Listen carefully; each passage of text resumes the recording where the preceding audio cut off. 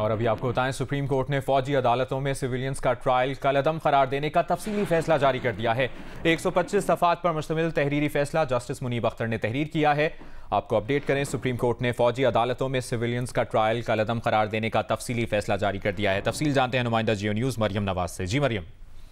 जी, supreme court ने civilians के फौजी अदालतों में ट्रायल कलअदम करार देने के 23 अक्टूबर को सुनाए गए फैसले पर अब तफसीली वजूहात भी जारी कर दी हैं। जस्टिस मुनीब अख्तर ने 125 सफ़हात पर मुश्तमिल ये फैसला तहरीर किया है, जिसमें शॉर्ट ऑर्डर को भी शामिल किया गया है और ये कहा गया है कि जब मुल्क में कानून मौजूद हो तो फिर ऐसी सूरत में सिविलियंस का जो है वो ट्रायल फौजी अदालतों में मुमकिन नहीं है। इसके अलावा सुप्रीम कोर्ट ने अपने फैसले में कहा है कि सिविलियंस के फौजी अदालतों में ट्रायल का जो फैसला है वो कलअदम करार दिया जाता है।